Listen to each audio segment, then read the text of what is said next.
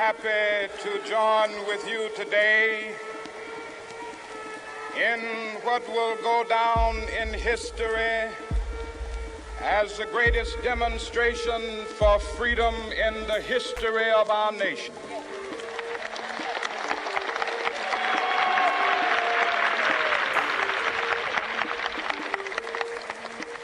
Five score years ago, a great American in whose symbolic shadow we stand today signed the Emancipation Proclamation. This momentous decree came as a great beacon light of hope to millions of Negro slaves who had been seared in the flames of withering injustice. It came as a joyous daybreak to end the long night of their captivity. But 100 years later,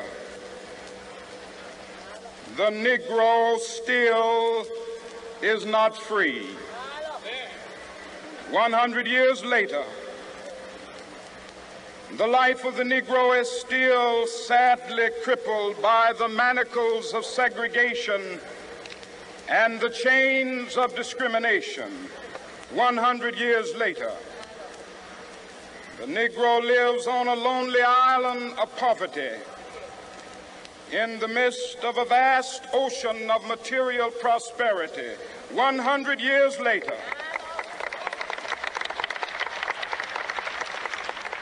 the Negro is still languished in the corners of American society and finds himself in exile in his own land.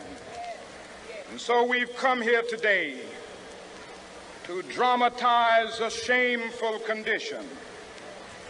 In a sense, we've come to our nation's capital to cash a check. When the architects of our republic wrote the magnificent words of the Constitution and the Declaration of Independence, they were signing a promissory note to which every American was to fall heir. This note was a promise that all men, yes, black men as well as white men, would be guaranteed the unalienable rights of life, liberty, and the pursuit of happiness.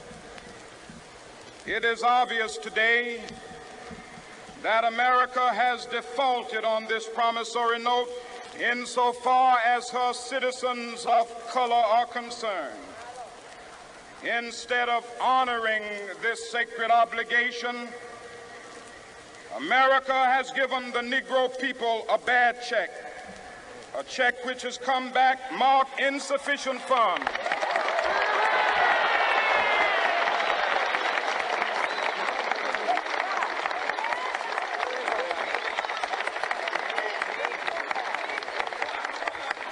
But we refuse to believe that the Bank of Justice is bankrupt. We refuse to believe that there are insufficient funds in the great vaults of opportunity of this nation. And so we've come to cash this check, a check that will give us upon demand the riches of freedom and the security of justice.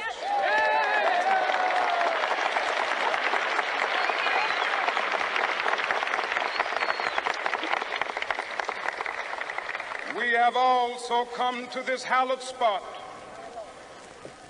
to remind America of the fierce urgency of now. This is no time to engage in the luxury of cooling off or to take the tranquilizing drug of gradualism.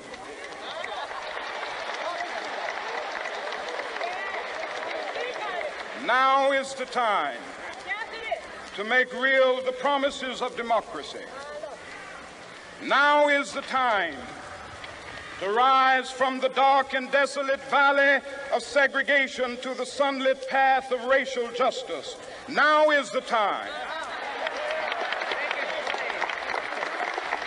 to lift our nation from the quicksands of racial injustice to the solid rock of brotherhood. Now is the time to make justice a reality for all of God's children.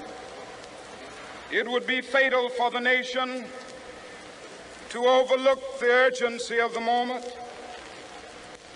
This sweltering summit of the Negro's legitimate discontent will not pass until that is an invigorating autumn of freedom and equality.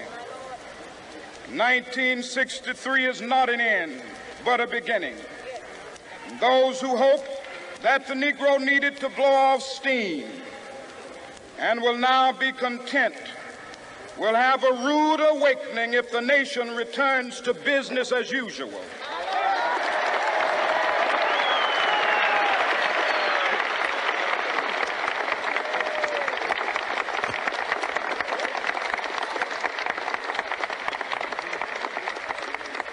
There will be neither rest nor tranquility in America until the Negro is granted his citizenship rights. The whirlwinds of revolt will continue to shake the foundations of our nation until the bright day of justice emerges. But that is something that I must say to my people who stand on the warm threshold which leads into the palace of justice. In the process of gaining our rightful place, we must not be guilty of wrongful deeds. Let us not seek to satisfy our thirst for freedom by drinking from the cup of bitterness and hatred.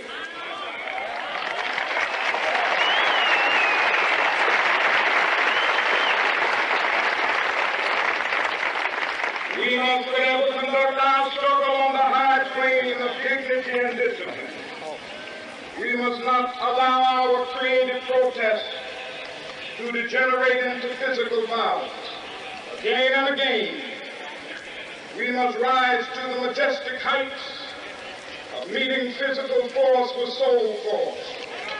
The marvelous new militancy which has engulfed the Negro community must not lead us to a distrust of all white people.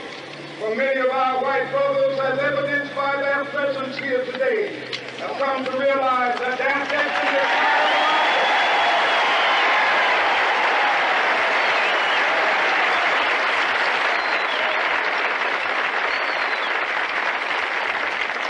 they have come to realize that their freedom is inextricably bound to our freedom. We cannot walk alone.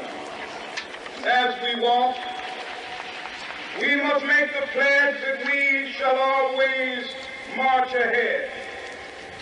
We cannot turn back. There are those who are asking the devotees of civil rights, when will you be satisfied? We can never be satisfied as long as the Negro is the victim of the unspeakable horrors of police brutality.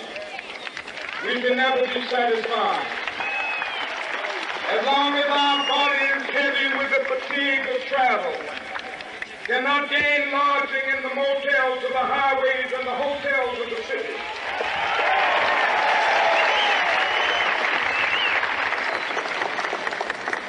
We cannot be satisfied as long as a Negro in Mississippi cannot vote and a Negro in New York believes he has nothing for which to vote.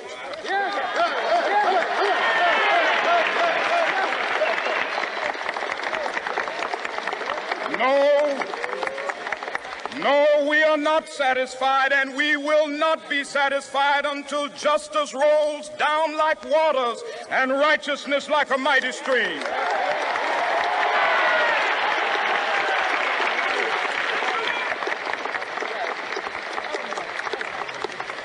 I am not unmindful that some of you have come here out of great trials and tribulations. Some of you have come fresh from narrow jail cells. Some of you have come from areas where your quest for freedom left you battered by the storms of persecution. and staggered by the winds of police brutality. You have been the veterans of creative suffering. Continue to work with the faith that unearned suffering is redemptive. Go back to Mississippi. Go back to Alabama. Go back to South Carolina. Go back to Georgia. Go back to Louisiana. Go back to the slums and ghettos of our northern cities, knowing that somehow this situation can and will be changed. Let us not wallow in the valley of despair. I say to you today, my friends,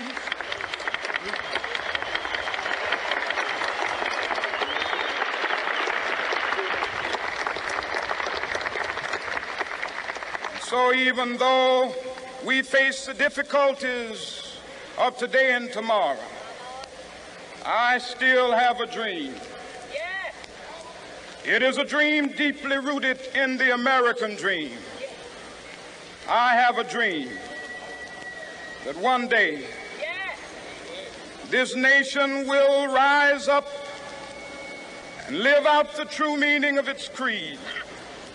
We hold these truths to be self-evident, that all men are created equal.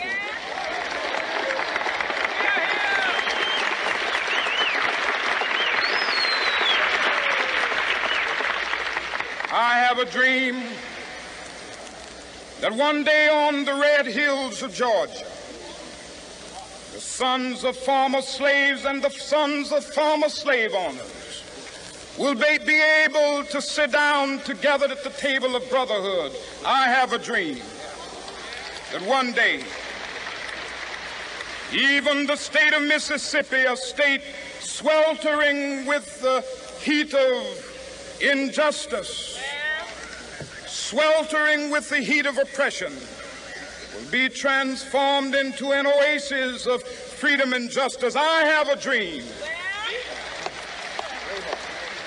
that my 4 little children will one day live in a nation where they will not be judged by the color of their skin, but by the content of their character. I have a dream today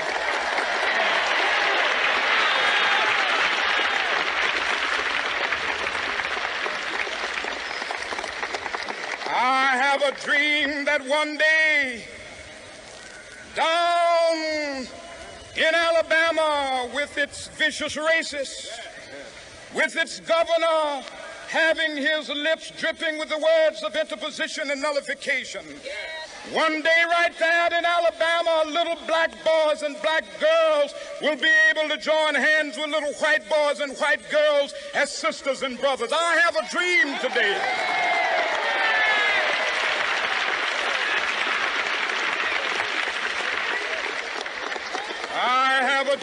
that one day every valley shall be exalted, and every hill and mountain shall be made low. The rough places will be made plain, and the crooked places will be made straight. And the glory of the Lord shall be revealed, and all flesh shall see it together. This is our hope. This is a faith that I go back to the South with. With this faith, we will be able to hew out of the mountain of despair a stone of hope. With this faith, we will be able to transform the jangling discords of our nation into a beautiful symphony of brotherhood. With this faith, we will be able to work together, to pray together, to struggle together, to go to jail together, to stand up for freedom together, knowing that we will be free one day. This will be the day. This will be the day when all of God's children will be able to sing with new meaning, "My country, tears of thee. Sweet land of liberty, of thee I sing. Land where my fathers died, land of the pilgrim's pride. From every mountainside, let freedom ring. And if America is to be a great nation, this must become true. And so let freedom ring. From the prodigious hilltops of New Hampshire, let freedom ring. From the mighty mountains of New York, Let freedom ring from the heightening Alleghenies of Pennsylvania. Let freedom ring from the snow-capped Rockies of Colorado. Let freedom ring from the curvaceous slopes of California. But not only that, let freedom ring from Stone Mountain of Georgia. Let freedom ring from Lookout Mountain of Tennessee. Let freedom ring from every hill and molehill of Mississippi, from every mountainside. Let freedom ring, and when this happens,